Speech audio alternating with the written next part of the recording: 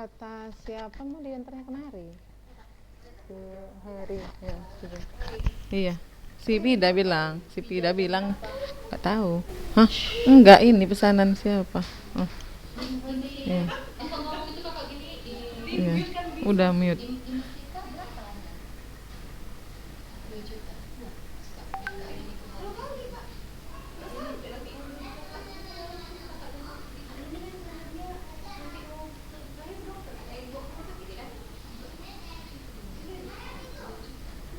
Di rumah sakit nggak BPJS makin mahal lah.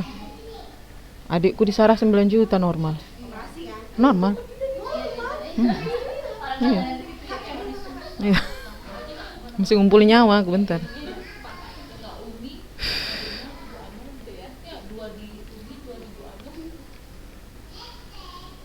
Oke, lanjut.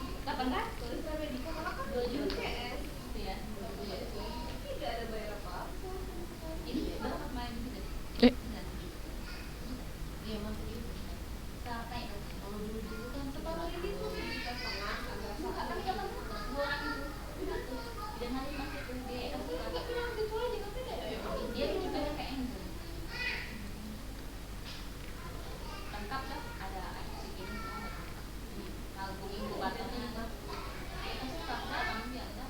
Eka suka 9.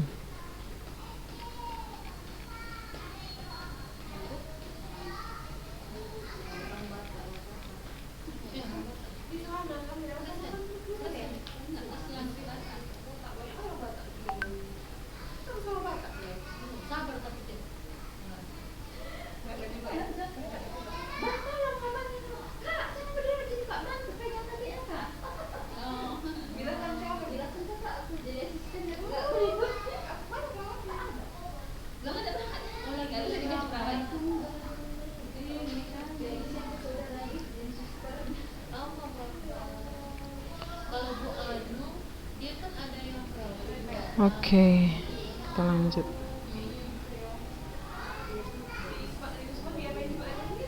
Assalamualaikum warahmatullahi wabarakatuh. Waalaikumsalam warahmatullahi wabarakatuh. Bismillahirrahmanirrahim. Salatu wassalamu ala rasulillah.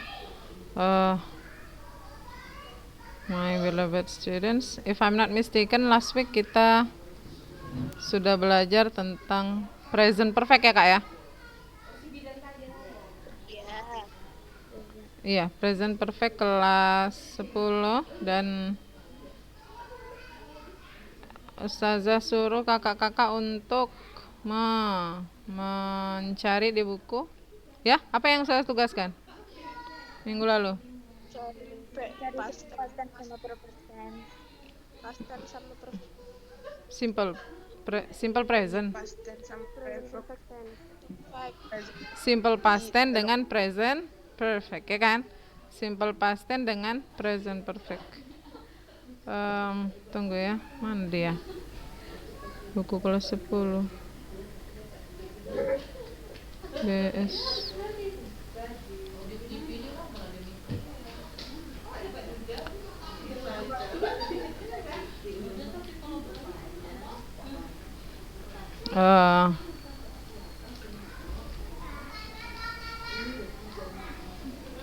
Ya. Jadi saya suruh kalian untuk mencari di sini ya kak ya. Mana simple past, mana present perfect. Kita sebelum kita mempelajari recount, kita bahas dulu sedikit. Ya, silahkan dimatikan dulu apanya. Di mute dulu kak. Alah. Ada buku gak kak? Nggak ada buku?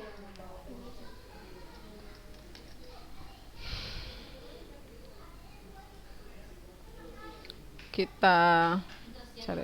Okay, now come on, raise your hand from this dialogue. Which one is the simple past?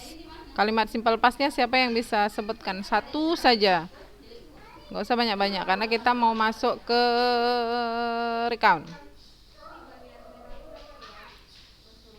Come on, raise your hand.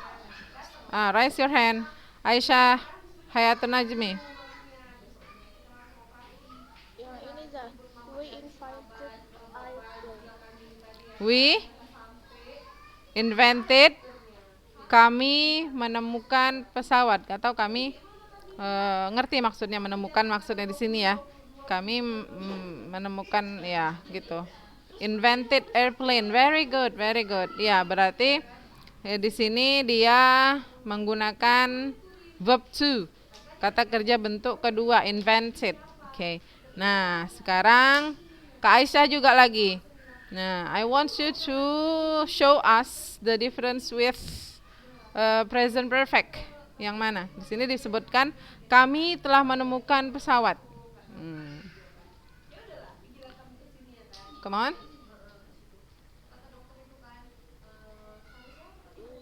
Have. Yang Kak Aisyah kan? Yang mana, Kak? Yang mana? Nggak kelas tadi Zah. Reza bilang. Coba kakak tunjukkan yang mana yang present perfect. Yang mana yang present perfect? Ini kan sudah dapat yang simple past. Yang present perfectnya yang mana? Come on.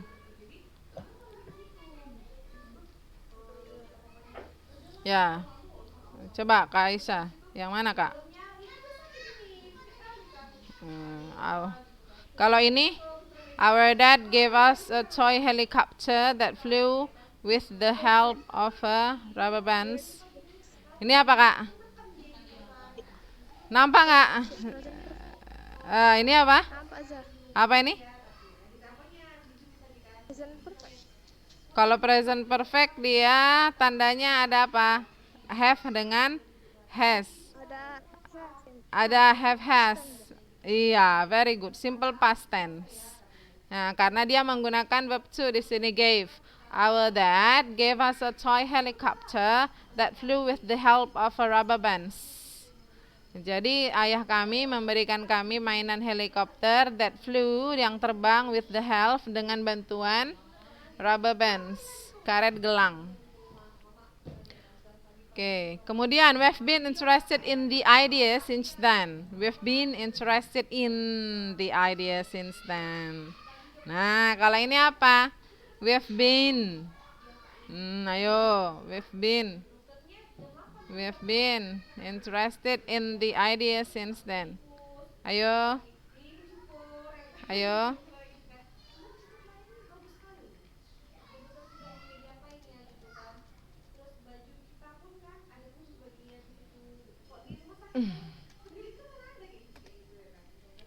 We connecting. Apa cerita ini? Oh.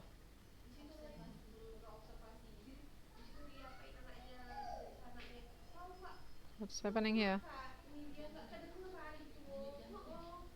Saja. Maksudnya apa yang terjadi nih? Saja kepencet ya? Oh. Udah, Kak? Udah dengar? Ada ini tadi kesalahan. Apa? Disconnected sinyalnya. Kenapa? Disconnected tadi ya, Kak?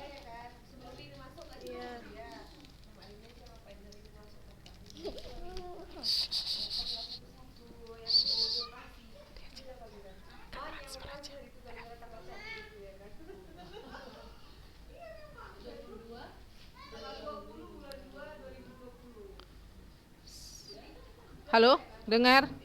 Tadi ada disconnected tadi sedikit. Jadi kita ulangi dulu ya, Kak. Kita buka lagi. Sudah nampak? Nah, jadi yang mau kita bilang adalah di sini tadi we've been, ya. We've been interested in the idea since then.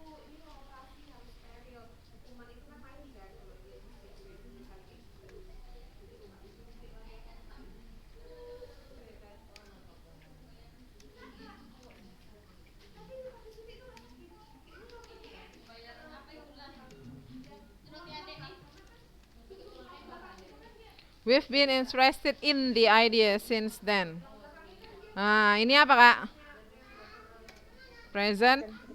Iya, ini dia with itu adalah singkatan dari we have. We have. We have been interested in the idea since then. Tuh, jadi we have been. Ini adalah present perfect. Jadi artinya kami menjadi tertarik dengan ide tersebut sejak saat itu. Since then, sejak saat itu. Tuh. Nah, kemudian yang tadi adalah our father gave us helicopter toy, apa katanya? A toy helicopter that flew with the help of give us helicopter toy. Our father gave us helicopter toy that flew with the help of a rubber band. Nah, kalau ini adalah simple past. Nih pakai verb to nih. Nih pakai verb to, pakai verb to kan, terus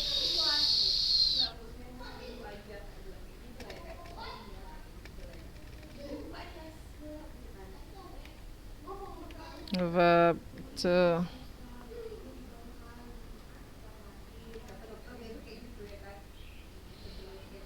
Oke, we've been. Ini dia perbedaannya simple past dengan present perfect gitu. Nah, kenapa kita mempelajari ini? Karena kita mau belajar satu teks yang disebut dengan teks recount atau recontext. Nah, di recontext ini kita menggunakan past tense. Nah, kita lanjutkan dulu, tuh ya. Nah, Oke, now ini recount text yang Ustazah bilang. Bisakah kalian melihatnya atau kurang besar? Bisa Kak? Lihat Bisa. besar. It's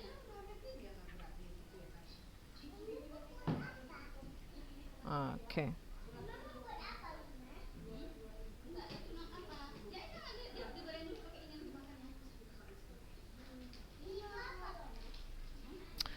Oke, text recount. Sekarang pertanyaan Ustazah, ada yang ingat nggak kalau kalian pernah belajar text recount ini waktu SMP? Ada nggak? Ada yang udah pernah belajar? Ada yang udah pernah belajar? Ada yang masih ingat text recount? Ayo, teks yang kayak mana dia text recount?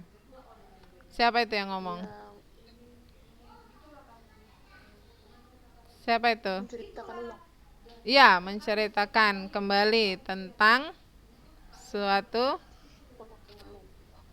pengalaman atau peristiwa. Iya, itu dia recount. Nah, recount ini dia mirip dengan apa Kak? Apa teks yang bercerita? Teks apa yang bercerita selain teks recount? Jenis teks apa namanya? Kita bilang teks apa? Narasi atau narrative text. Narasi ya, narrative text. Nah, iya. Nah, jadi sekarang kita mau belajar recount ini dulu. Nah, the first you have to know is the social function-nya. Fungsi sosialnya, atau nanti kalau misalnya ketika kita ditanya dia purpose-nya. Purpose adalah tujuannya. Bisa juga kita sebut dia aim. Bisa kita sebut dia dengan goal. Itu biasanya goal dipakai untuk procedural checks. Itu bisa kita sebut dia juga dengan object. It means tujuan dari recount text. Social function, fungsi sosialnya juga kita bisa bilang. Jadi untuk apa ditulis recount text ini? Dia gunanya adalah to retell. Jadi intinya the point-nya dari text recount adalah retell. Nih. Jadi kalau ada question, pertanyaan, what is the social function atau the purpose of recount text? Lihat kata retell. Nah, berarti jawabannya di sini adalah yang ada kata retell. Nah, menceritakan kembali, retell, menceritakan kembali. Apa yang diceritakan kembali di situ? Past events atau past experiences. Past events atau past experiences. Past events artinya adalah kejadian atau peristiwa yang terjadi, sudah lewat. Experience, pengalaman. In the order they happened. Jadi dalam urutan, dalam aturan. Nah, jadi ketika kita berbicara tentang suatu kejadian, pengalaman atau peristiwa, kita menceritakannya itu berdasarkan urutan. Karena kalau tidak sesuai urutannya, ceritanya jadi membingungkan, ya kan? Itu dia. Makanya kita sebut dia dengan in the order they happened.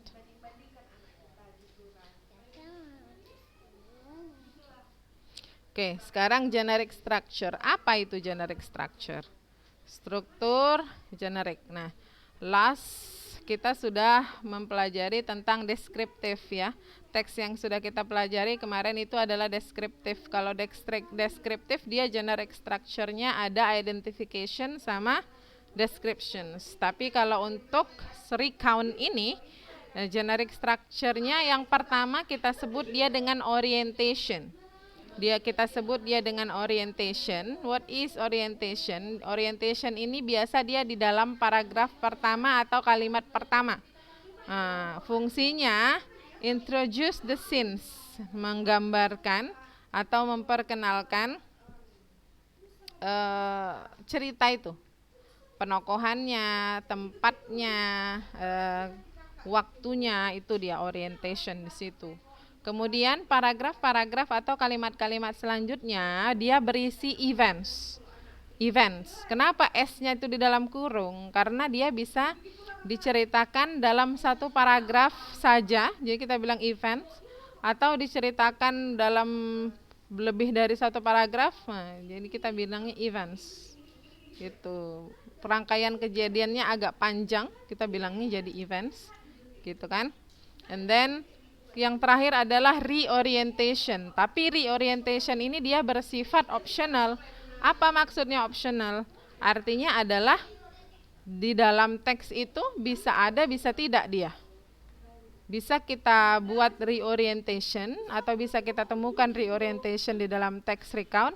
Bisa juga tidak kita temukan reorientation di dalam teks recount itu. Makanya kita sebut dia dengan optional. Gitu. Nah, apa itu reorientation? Jadi bagian reorientation ini dia adalah bagian ketika si penulis, the writers, itu give a comment or opinion about the events. Dia ketika si penulis atau si pembicara ini yang punya pengalaman ini give opinion or comment.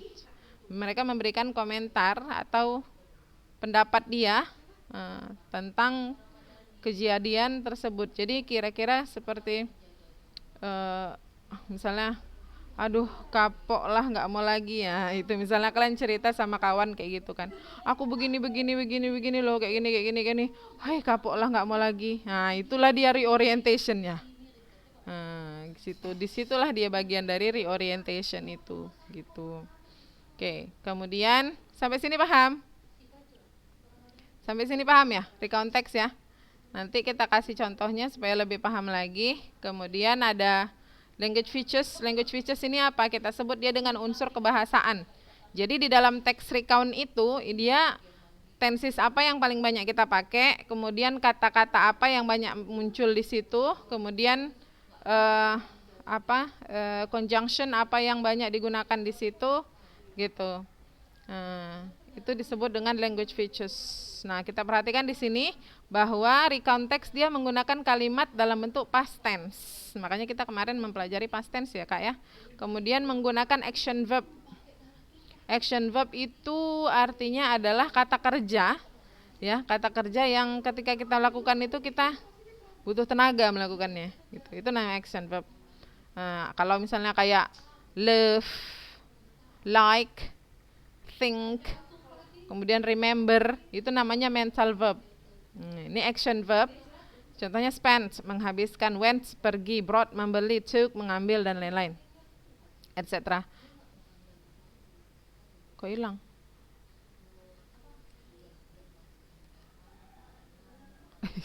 Disconnected lagi. Can you hear me? Bisa dengar, Kak? Apa masalah ini lagi? Oh. Oke, can you hear me? Apa? Jaringannya jelek. Ustazah. Nah, jelek jaringannya. Ntar ya, Nak, kita share screen-nya lagi balik. Oke. Sekarang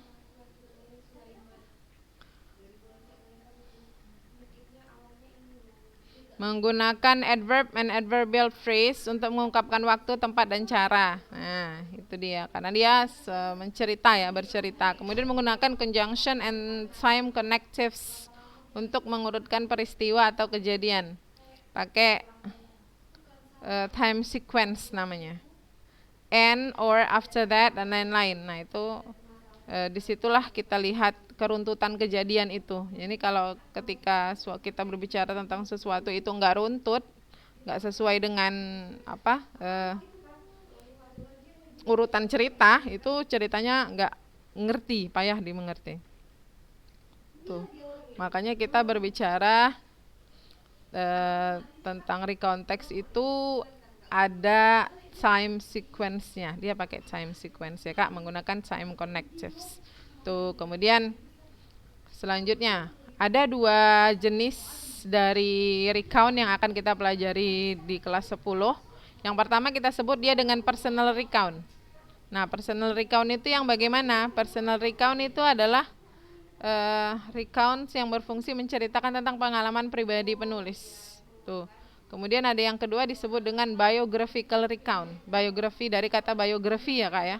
Jadi biographical recount itu adalah kisah atau riwayat hidup seseorang atau seorang tokoh yang dituliskan oleh orang lain. Nah, kalau membuat biografi kita sendiri, kita sebut dia dengan apa? Kalau biografi kan punya orang, yang dituliskan orang. Tulis riwayat sendiri kita sebut apa dia namanya? Biodata. Bibliografi. Identitas. Iya, bibliografi namanya. Ya, kalau biografi kita tuliskan punya orang. Itu. Oke. Oke. Kita lanjut ke contoh. Nah, biar kalian lebih gampang. Nah, ini contoh untuk personal recount. Kemudian di bawah ada biographical recount. Nah, my question is, bisakah kalian melihat di sini yang mana dia orientation? Bagian manakah dari teks ini yang merupakan orientation? Silahkan dilihat.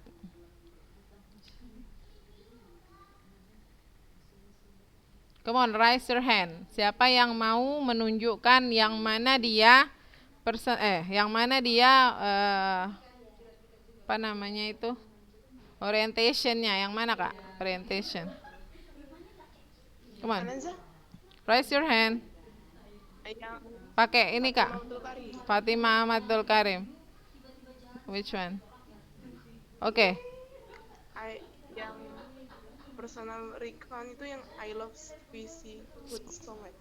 Ya, I love spicy food so much. Kemudian orientation ya, Kak. Itu aja.